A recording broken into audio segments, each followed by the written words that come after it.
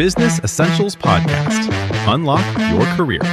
Learn to speak business English like a pro. Hey team, picture this. Your boss is flying blind on key insights while you're spotting gold on the front lines. What if you could bridge that gap and boost your career? Welcome back. I'm Marcus, super excited to have Sarah unpack the art of managing up with boss-level communication. Hi, Marcus. Thrilled to dive in with you. Perfect. B2 to C1 Business English crew, snag these ready-to-use phrases. They're your secret weapon for real pro talks. Sarah, why is this skill such a career game changer? Most people don't realize this. 70% of variance in employee engagement is determined by the manager relationship. But what most people miss is that their boss doesn't know what they know. You're on the front lines. You see problems. You have insights. And if you don't communicate that upward effectively, your boss is making decisions with incomplete information. So it's bigger than personal glory. It's empowering your boss to shine. Spot on. Here's the thing. 75% of employees describe their immediate supervisor as the worst part of their job. But when you dig into it, it's often not because the boss is terrible. It's a communication breakdown. Employees don't know how to manage up, and bosses don't know what their team actually knows. Wait, 75%? That's eye-opening. It is. And 50% of employees have left a job specifically to escape a manager. Not because of pay, because of the manager relationship.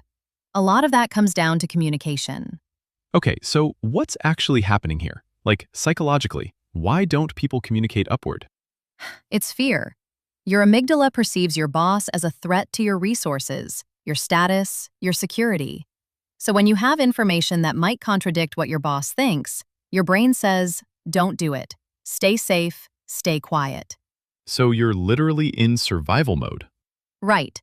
Research shows that employees with higher anxiety are significantly more likely to stay silent as self-defense. They're not choosing to withhold information consciously. Their brain is protecting them from perceived danger. That makes sense. So what do most people get wrong when they try to manage up? The biggest mistake is assuming your boss understands your context. Imagine you spend 3 weeks on a complex project. You've solved a difficult problem, coordinated with multiple teams, navigated tricky technical challenges. Then, in a casual conversation, you mention what you accomplished. And they don't react?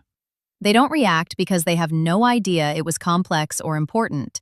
They hear, I finished the project, and think, great, that's your job. Meanwhile, you're frustrated because you feel unrecognized. So the problem is you didn't set context? Right.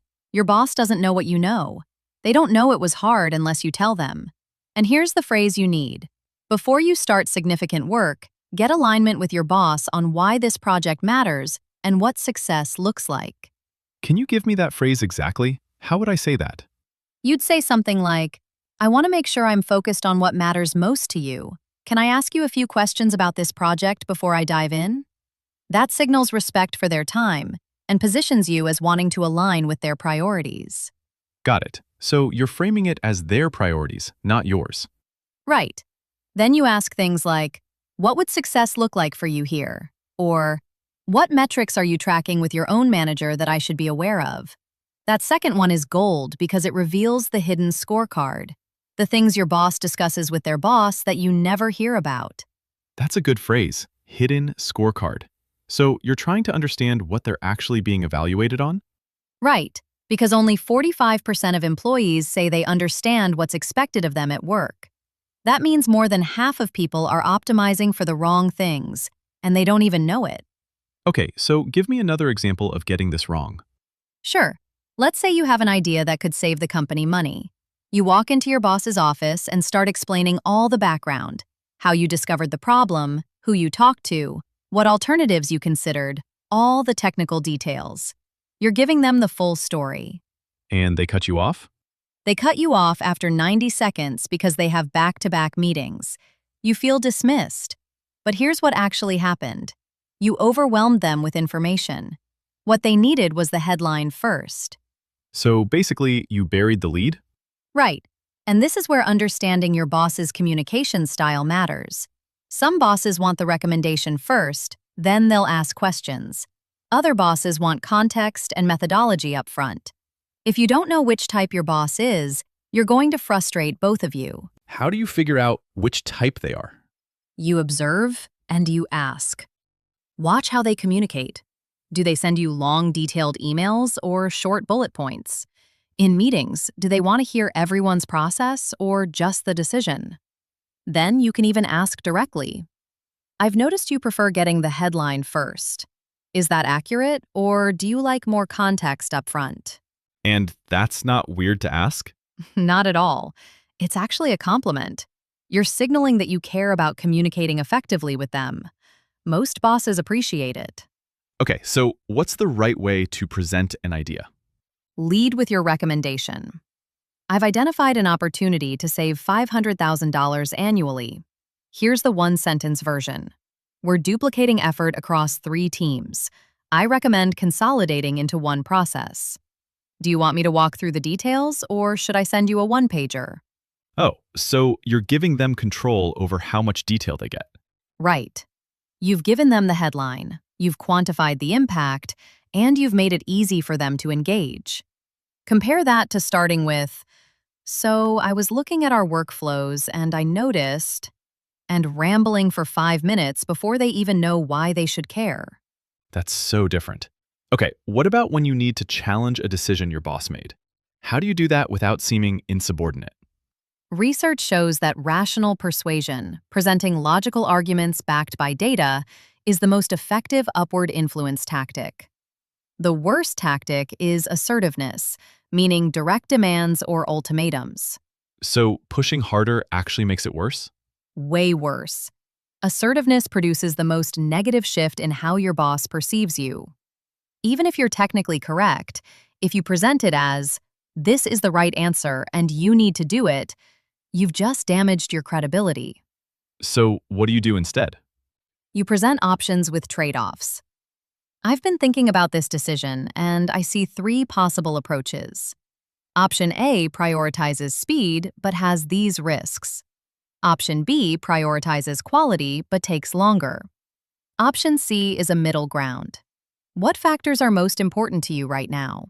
So you're making it collaborative instead of confrontational. Right. You're positioning yourself as a trusted advisor, helping them make a better decision, not as someone second-guessing their judgment. And here's the phrase, pressure test my thinking. You'd say, "I want to pressure test my thinking with you before I move forward." That invites partnership and shows intellectual humility. That's a good phrase. How would you use that in a real meeting? You'd say something like, "I've been working on the market analysis, and I want to pressure test my thinking with you. I'm seeing 3 key trends, but I want to make sure I'm not missing something from your perspective." It frames your boss as a resource, not a gatekeeper. Got it. So what about when you need to set boundaries? Like your boss gives you another project and you're already drowning. High performers set boundaries. People who say yes to everything become unreliable because they're spread too thin. So how do you say no without actually saying no? You frame it as a prioritization question. I want to do a good job on both, and I want to be honest about capacity. If I take on the QBR deck, the onboarding project will slow down. How would you like me to prioritize? Is SMB retention more important, or should we find someone else for one of these? So you're making them choose. Right. You're not saying, "I can't do this." You're saying, "Here's the trade-off. You decide." And most of the time, your boss will either reprioritize or find help. That's smart. Okay, let's talk about the alignment conversation you mentioned earlier. Walk me through what that actually looks like. So the alignment conversation is where you decode what actually matters to your boss beyond the stated goals. You schedule maybe 15 minutes, and you ask 3 questions. First, what are some of the emerging trends you're monitoring that we should be aware of? Second, what's keeping you up at night about our team or projects? Third, what would you love to report to leadership in 6 months? And you just listen? You just listen and take notes. Don't interrupt, don't pitch anything, don't defend your current work. Just understand. Because your boss will tell you things you didn't know. Metrics they're tracking, pressure they're feeling from above, strategic shifts that haven't been communicated yet. So you're getting access to information that changes how you prioritize your work. Right. And here's what's crazy. A lot of times, employees realize they've been working toward the wrong priority for months. They thought their boss cared about X, but their boss is actually being evaluated on Y. Okay, give me another scenario. What about when you see a problem that your boss doesn't see?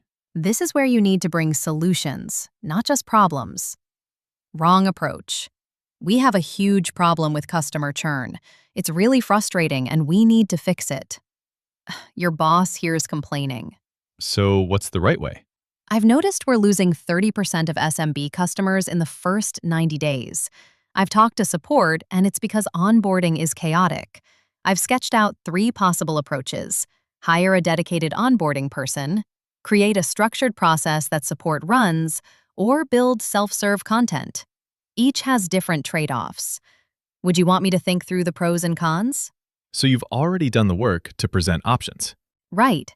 You're not dumping a problem on their desk. You're saying, here's what I'm seeing, here's what I'm thinking, guide me on the right direction. That positions you as solution-oriented. That makes sense. For our listeners learning English, what's the difference between alignment and just agreement? Good question. Agreement means, yes, I'll do that. Alignment means, we both understand the priorities, the constraints, and what success looks like. You can agree to do something and still be misaligned if you don't understand why it matters or what the real goal is. So alignment is about shared understanding. Right. And in business English, we use get alignment or ensure alignment all the time. You'd say, let me make sure we're aligned on priorities before I dive into this. Got it. So what about psychological safety? You mentioned fear earlier. How do you know if it's safe to be honest with your boss? That's a hard one because only 26% of leaders actively create psychological safety. But here's how you test it. Start small. Share a minor concern or a small piece of feedback and see how they respond. Do they get defensive? Do they ask questions? Do they thank you for bringing it up? So you're experimenting. Right. And if your boss responds well to small things, you can gradually bring bigger concerns. But if they punish transparency, if they get angry or dismissive, then you know you need to be strategic about what you share and how you share it. That's unfortunate, but realistic. It is. And employees who work for bosses who punish transparency start withholding information. They see problems but don't report them. Then, 6 months later, the boss is blindsided by a crisis and asks, "Why didn't anyone tell me?" Well, they tried, and you shut them down. So the boss loses access to the information they need most. Right. It's a self-reinforcing cycle. The less safe it feels to speak up, the less people speak up, the less information the boss has, the worse their decisions get. Okay, before we wrap up, let's recap the key terms we talked about today. Sure, the main ones were get alignment, pressure test my thinking, hidden scorecard, and manage up. Get alignment means ensuring you and your boss have shared understanding of priorities and success metrics. Pressure test my thinking is a phrase you use when you want feedback on an idea. It shows humility and invites collaboration. Hidden scorecard refers to the metrics your boss discusses with their own manager that you might not be aware of. And manage up means proactively communicating with your boss to help them make better decisions. Great. So our listeners can use these terms when they're having strategic conversations with their managers or preparing for one-on-ones. Right. Perfect. So Sarah, what's the one thing you want people to take from this episode? Managing up isn't about manipulation or office politics. It's recognizing that your boss doesn't have all the information they need to lead effectively, and you have a responsibility to communicate what you know in a way they can actually hear. The employees who do this well, who get alignment, who adapt their communication style, who present solutions instead of problems, those are the ones who get promoted, who feel engaged, and who actually enjoy their relationship with their boss. That's a great takeaway. Here's what we want from listeners. Have you ever had a breakthrough moment with your boss where communication suddenly clicked? Or have you struggled to get through to them? Let us know in the comments. We want to hear your stories. And if you try the alignment conversation, those 3 questions we talked about, come back and tell us what you learned. Most people are shocked by what they discover. What a fantastic discussion! Collaborating with you always feels natural and energizing. Thank you for the seamless teamwork. You're an exceptional co-host and a true professional. Sarah, every episode we share just clicks. Your insight and presence bring real value to our conversations. I'm grateful for the exchange and can't wait for what's ahead. To our listeners, thank you for joining us once again. Keep leading with integrity and approach workplace challenges with confidence and composure. We appreciate your continued support and engagement. Keep striving for clarity and balance in your professional interactions. You've got this. In our next episode, we'll be addressing a sensitive but essential topic: how to respond when you learn that people are talking about you at work. Should you confront them, let it go, or take a more strategic approach? We'll explore the psychology behind workplace gossip, why it happens, how to manage it wisely, and ways to protect your professional reputation without fueling conflict. It's going to be a valuable episode packed with practical strategies, so don't miss it. Business Essentials Podcast. Unlock your career. Learn to speak business English like a pro.